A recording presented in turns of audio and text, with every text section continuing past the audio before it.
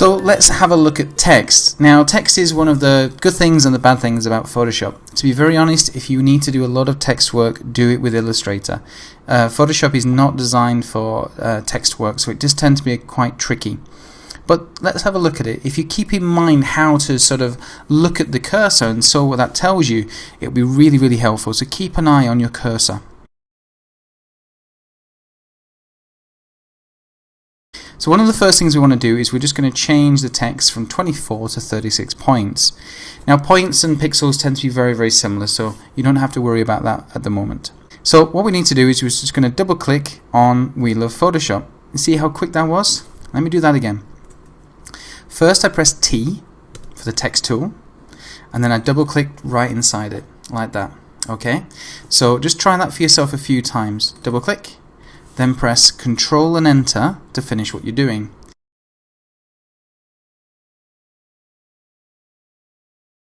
Double click, Control and Enter to finish what you're doing. Now watch what happens if I just press Enter. Whoops. Alright, you can see that that actually highlights it, deletes it and goes to a new line. So if you want to select anything, have text selected first, number 1. Number 2, you must have your cursor inside the text. Number 3, when you're finished, press Control and Enter. So please try that just for a few seconds.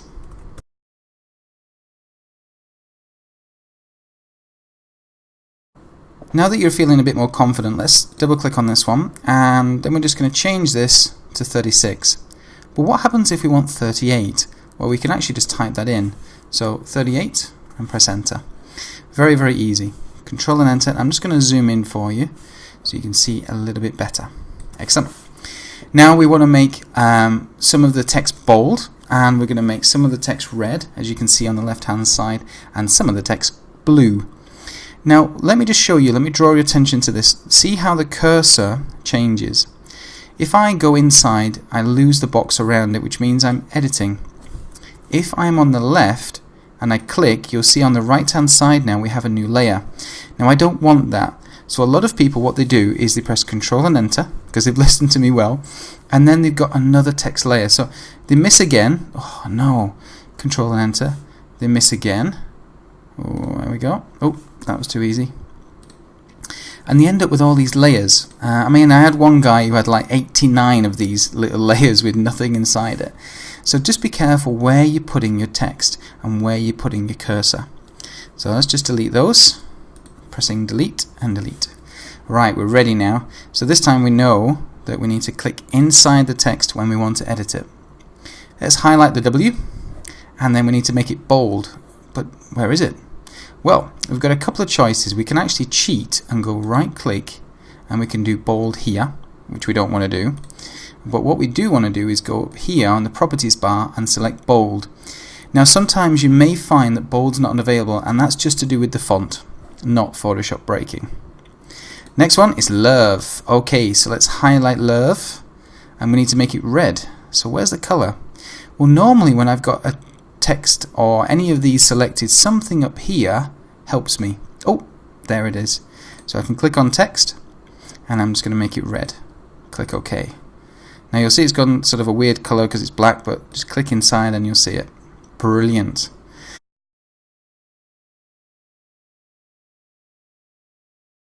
Now this time I want the exact same blue. I like that blue. It's a good blue. So we're going to select it again.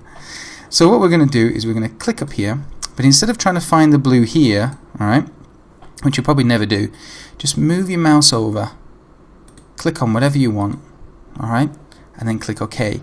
And that's how you can select another color. Very, very easy. Control and Enter.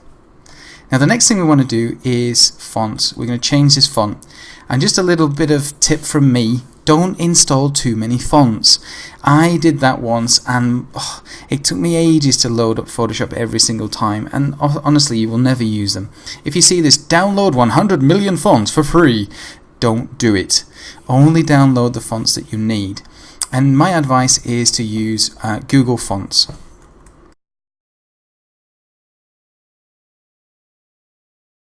At those now. I'm just going to click on Google Chrome here, and I've just gone to google.com/fonts. Currently there's 632 free fonts that you can use, which is very, very cool. Alright, and it's a good idea if you want to do some text, we love Photoshop, like that.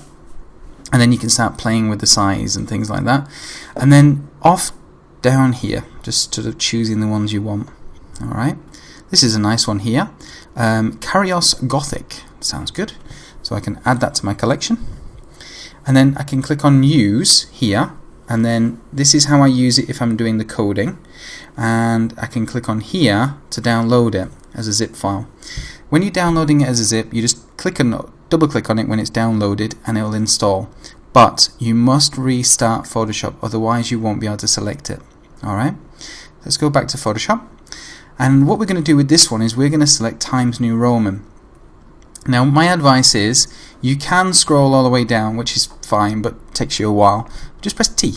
Alright, T, and then let me just move down a little bit more, and there it is, Times, and Times New Roman. So by pressing the first letter of your font helps you find it quicker.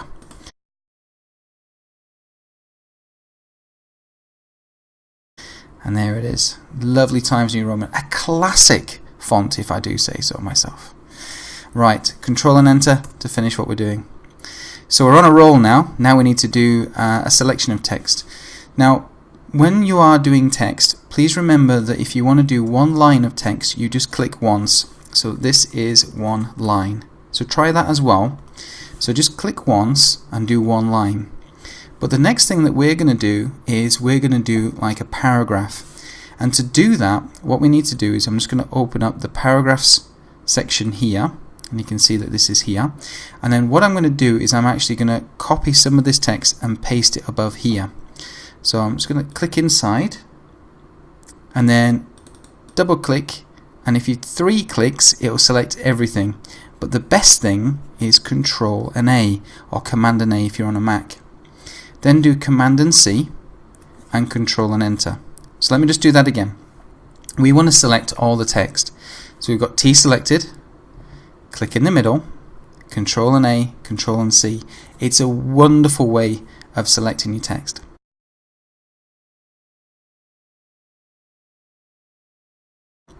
So press Control and Enter. Now what we need to do is create a box. So we click and hold, let go, and then Command and V. Now sometimes what happens is if you've had your text set to be very, very, very high previously, you might only see a little bit. So again, Control and A, and then you can select it all. Let me show you what happens if you don't do that. So if I highlight just a bit of text like this, what I can see, and change it down to say 8 pixels, you can see that not all of it was selected. So if you do want to select all the text, make sure that you press Control and A. Easy peasy. There we go, Control and A. Ah, that looks horrible. So Control and A, and then you'll see here, let's make it 14 again. Brilliant.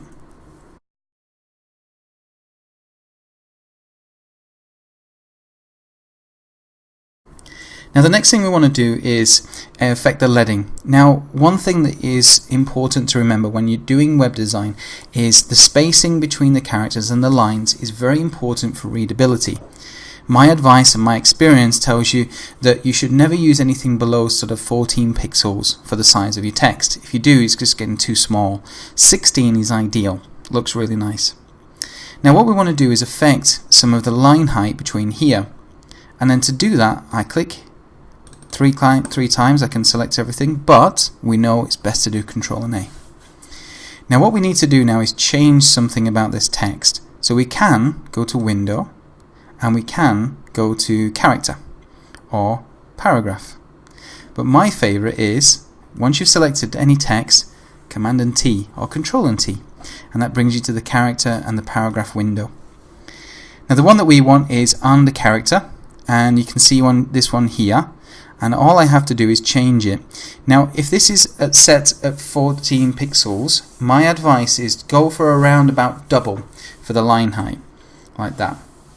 Okay, so that makes it nice and easy, because if you do have a lot of text and people are reading it, it's nice for them to be able to see between the lines as well, just so that it's very clear.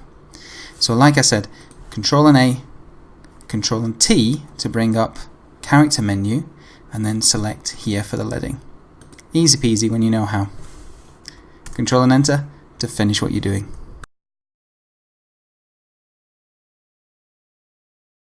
So the next thing we want to do is a little trick that I learned on a blog post once, and that's how to have your text nicely spread out, okay, when you're doing sort of navigations and things like that. Because the annoying thing is, if you do add another navigation item, for example articles, then you'd have to shift everything over and it gets a bit annoying. So let me show you this trick. Okay, what we're going to do is we're just going to open up navbar like this, and we're going to have navbar selected here. Now I want to show you something quickly. If you have your text like this, can you see how it's a circle? The actual icon there is a circle. What that means is it's being very clever, and Photoshop can actually write inside it. We don't want that. What we want to do is actually click outside like this and then move it in.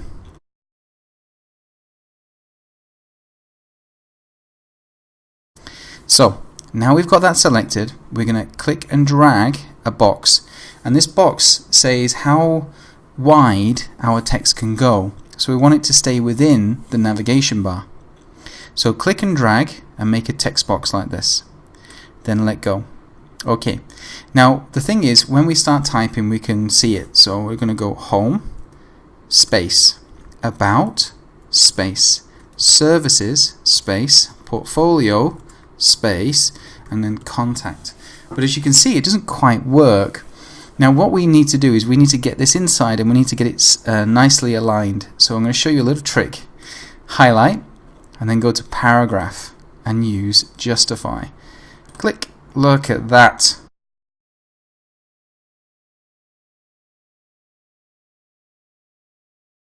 Nicely spaced out in one click.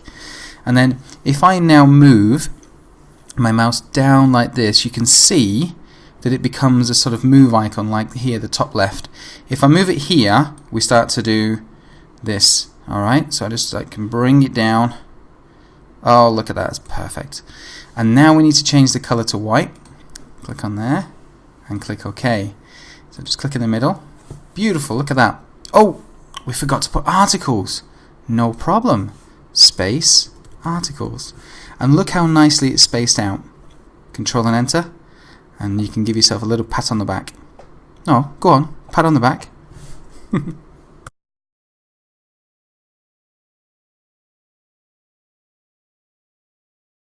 So now you've finished patting yourself on the back, we need to worry about things like this. Okay, if I go to about us, oh no, if it's two words it messes everything up. Well, let me show you how to fix it. So we're just going to put us together. Oh. And then I'm just going to zoom in just so I can show you how to do this. Alright, so if you do have about us together like this, just select the T and then go to character, and we're going to increase this a lot. A bit more, look at that, 420. Alright, control and enter, zoom out, and there you go, about us is working. So if you do need to have two words in one of your navigation items, you can use the character spacing on the last one before the second word, and you can add space to make it look brilliant. So please try that yourself, have a go. Text can be a bit tricky, a bit of a pain, but once you get it, it's a nice tool to have.